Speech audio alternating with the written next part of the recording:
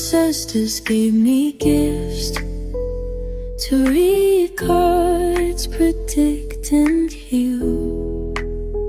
My name is Daphne, but spirit calls me bye-bye love. Angels communicate through numbers. Intuition is so deep. Hi everyone! Welcome po sa inyong almost personal reading. I want you to know that this is a general reading, so you may resonate po sa buong reading na ito or baka konti lamang. Take what's only yours. And I also want you to know that this is a timeless reading. No? Kung kailan niyo po ito mapanood, the message is meant to find you. Now, tignan natin kung ano po ang mga nangyayari sa paligid. The King of Cups, the King of Wands, and the Eight of Pentacles. So, I feel like meron dito nakakagustuhan. Pero, they are not quite sure if this relationship is going to work. This might, pwede to sa LGBTQIA+ na relationship. Pwede rin nito doon sa mga magkatrabaho na sabihin natin, probably, it's either kasama sa rule ng company na bawal magkaroon ng jowaan or someone promised to themselves na ayoko magka-jowa ng katrabaho. No? Pero kasi meron ditong somewhat, no, pagkakaintindihan. It can be mute. Yeah, I think that somewhat papunta na sa mutual understanding. Not quite yet, pero papunta na eh. Medyo nagkakaintindihan na, medyo panatag na.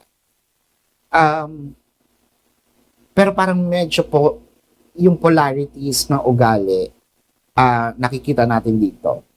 Yung isa is, hindi pala salita, pero through actions.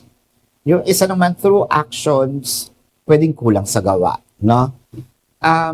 But I am seeing here na kahit may mga polarities, kahit na may mga challenges, no? It can also be, katulad ng sinabi ko, LGBTQIA+ relationship, magkatrabaho kayo, tapos same gender, no? Pwede kasing because of the social norms, parang yung isa siguro very reserved, ayokong magkaroon ng iskandalo or pag-usapan, kaya hindi pa ako sure kung I'm going to jump off to the connection. But the certainty here is, I know I like you, I know that you like me, pero parang hanggang dun pa lang ito, no? With the Three of Pentacles, the Six of Cups, and the Page of Swords. So, eto na. The plot twist. Siguro meron dito nakapag-decide, okay, kung ayaw mo, wala naman tayong magagawa. Pero siguro, hindi mo naman siguro ako ma-judge, no? Na jowang-jowa, no? Na eager. But, sabihin natin, either I approached someone or I entertained someone. So, eto na. Nung nagkaroon na ng ibang connection, and it kind of make me feel na na-miss ko naman yung ginagawa mo, ayan na.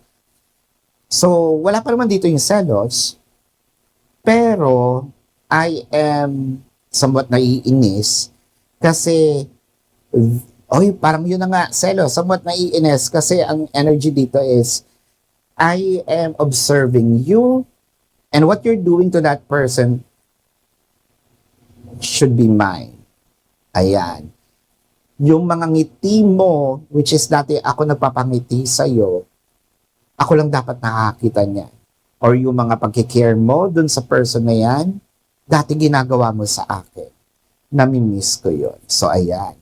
So, dumating na doon sa part na it can be, bakit ba kasi hindi ako naglakas ng loob na tanggapin yung ino-offer ng taong ito, the King of Swords and the Queen of Wands. So, parang nakakawindang kasi kung ikaw lumalapit ka sa kanya kasi nga tinanggap mo, di ba? Eh ayaw mo naman sa relasyon, so tatanggapin ko I open myself up to someone. Pero di ba dapat ako yung ako yung umaarte na ako dapat yung umaarte na meron akong sama ng loob sa'yo kasi you rejected me. Pero bakit ang nangyayari dito is, ikaw yung umaarte, nireject mo na nga ako. Ikaw pa yung umaarte na bakit ayaw mo ako ngayon kausapin. Ayan. Kasi nga, nagsiselos na nga. Ayun. So, with the Knight of Pentacles, the Ten of Cups, and the Moon card.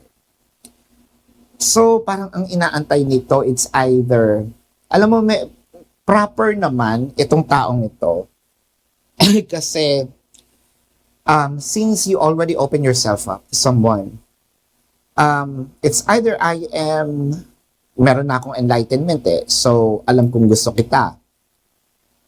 It's either I'm going to wait for you to disconnect with the person, or matanggal ang relasyon ninyo, or masira yung relasyon ninyo. Someone is also not praying for that, not this person, pero nag-aantay. Parang hopefully, if you're gonna choose between that person or me, ako yung piliin mo. Ayan. So, nagkaroon ng karibal, nagsiselos. Parang late dumating yung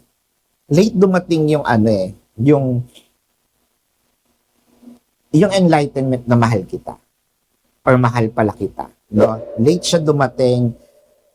Ngayon, parang merong pagsisisi. So this is your reading. Now let's check the zodiac sign of the person. This can be their sun sign or a placement in their chart. Pero syempre, bago yan, kung kayo po ay nakaka-resonate sa reading na ito, let me know sa comment section. Kung meron po kayong mga tanong, sa description box po ng video na ito, there is a link.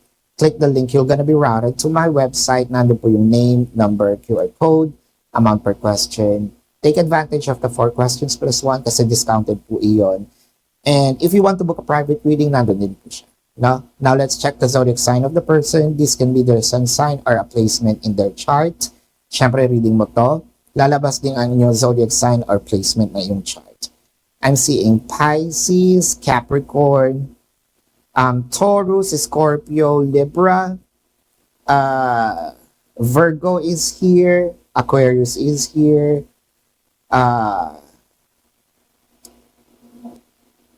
Pisces, Leo, ayan, Aries is also here. This is your reading. Maraming salamat. Love and light. Namaste. See you po sa susunod na readings.